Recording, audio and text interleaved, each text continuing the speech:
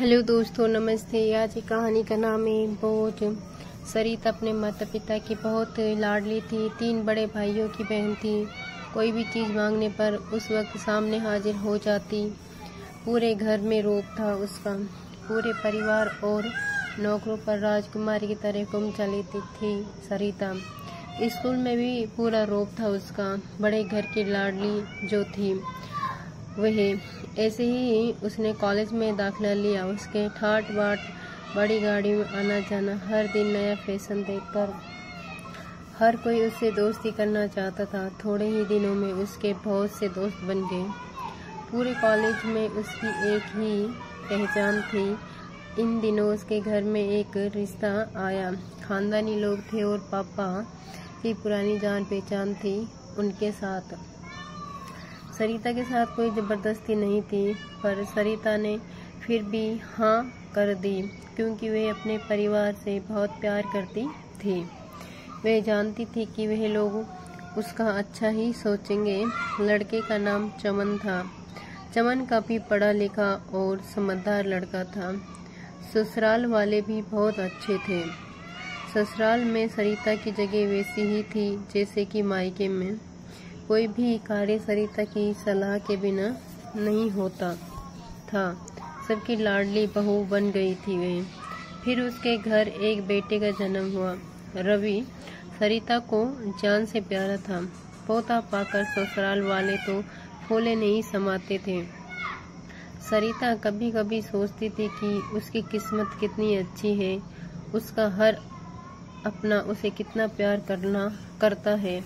चाहे जीवन में कैसा भी समय आए, पर अपने हमेशा मेरे साथ हैं। मैं कभी अकेली नहीं हो सकती। कितनी खुशकिस्मत हूँ मैं। पर शायद सरिता की खुशियों को उसकी अपनी ही नजर लग गई थी। एक दिन वह मायके जाने की जिद कर बैठी। चमन को बहुत काम था, लेकिन वह फिर भी उसे ले गया। रास्ते में उसकी गाड़ी अन्य गाड़ी से टकरा गई। सरिता, चमन और रवि बहुत बुरी तरह से जख्मी हो गए। काफी दिनों के इलाज के बाद चमन और रवि तो ठीक हो गए, लेकिन सरिता पूरी तरह ठीक न हो सकी। सर पर चोट लगने के कारण वे अपनी आंखों की रोशनी खो बैठी। अब सरिता की किस्मत जैसे उल्टे पांव चलने लगे। मायके वाले कुछ दिनों तक उसे मिलने आते रहे। फिर कभी कभार फोन ही करके पूछ लेते कि अब कैसी हो। धीरे धीरे ये सिलसिला भी कम हो गया।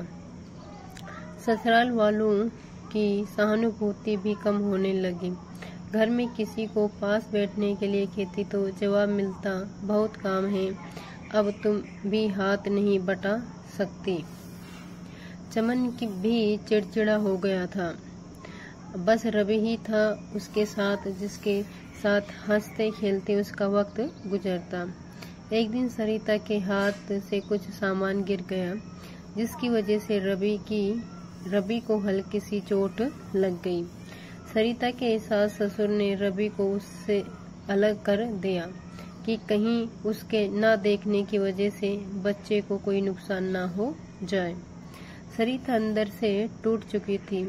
एक दिन उसने सबके सामने मायके जाने की इच्छा रखी तो चमन उसे तुरंत मायके छोड़ आया, जैसे कि वह भी यही चाहता था। लेकिन रवि को उसके साथ नहीं भेजा गया। सरिता कभी रवि से दूर नहीं रही थी, पर अपनी कमी के कारण उसने ज्यादा बहस नहीं की। सरिता को लगा कि वह 3-4 दिन वहाँ रहेगी तो थोड़ा हवा पानी बदल जाएगा, क्योंकि वह कितने दिनों से कहीं भी बाहर नहीं गई थी। घर वाले भी इतने दिनों बाद उसे देखकर कितने खुश होंगे। सरिता के घर पहुंचने पर सब लोग बहुत खुश हुए। खाने में सब कुछ सरिता की पसंद का ही बना था। उसने अपनी मम्मी पापा और भाई भाभीियों से दिल खोलकर बात की। उनके छोटे छोटे बच्चे भी बुआ के साथ घुल मिल गए थे। रात को सोने के वक्त जब वह कपड़े बदलने लगी तो उसे पता चला कि उसका बैग तो बहुत भरा हुआ था। वे सब समझ गए। वे बहुत उदास हो गई। कुछ दिनों तक तो सब ठीक रहा, फिर जैसे सब बदलने लगा। उसका व्यवहार बदल रहा था। वे लोग जैसे थक चुके थे उससे। अब लोग घुमा फिरा कर पूछने लगे कि चमन कब आ रहा है उसे ले जाने। वे बहाना बना देती, जबकि हर जानती कि उस घर में अब उसके लिए कोई जगह नहीं। सरिता से चलते वक्त कुछ न कुछ नुकसान हो जाता। थोड़ी समय टोका टाकी की उसे सुनाई देती, वे टाल देती। एक दिन उसके हाथ से लगकर एक कीमती फूलदान टूट गया। छोटी भाभी ने बहुत हंगामा मचाया। सरिता के माता पिता रोज रोज के झमेलों से तंग आ गए। उन्होंने चमन को खुद से फोन कर दिया। चमन सरिता को अपने घर ले गया।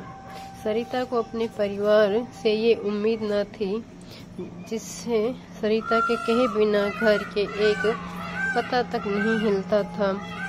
उस घर के लिए अब वो बोझ बन चुकी थी। चमन के साथ ससुराल आते वक्त वह बहुत खुश थी, क्योंकि वह अपने घर जा रही थी, अपने जिगर के टुकड़े रवि के पास। परंतु ये खुशी वे कुछ पल की ही थी। सारा बंदोबस्त पहले ही किया हुआ था। सरिता को सीधे ऊपर वाले कमरे में पहुंचा दिया गया। रवि से दूर रहने की सख्त चेतावनी दी गई। एक काम वाली लता को उसकी जिम्मेदारी सौंपी गई, जो उसके खाने पीने पहनने जैसी जरूरतों को ध्यान रखती। सरिता ज्यादातर चुप ही रहती। कभी कभी काम वाली शीला से थोड़ा बतिया लेती। उसके जरिए रवि का पता चल जाता। सबकी लाडली बेटी और बहू सबके लिए लाडली से बोझ बन चुकी थी। दोस्तों, अगर ये कहानी आपको पसंद आई हो तो लाइक शेयर जरूर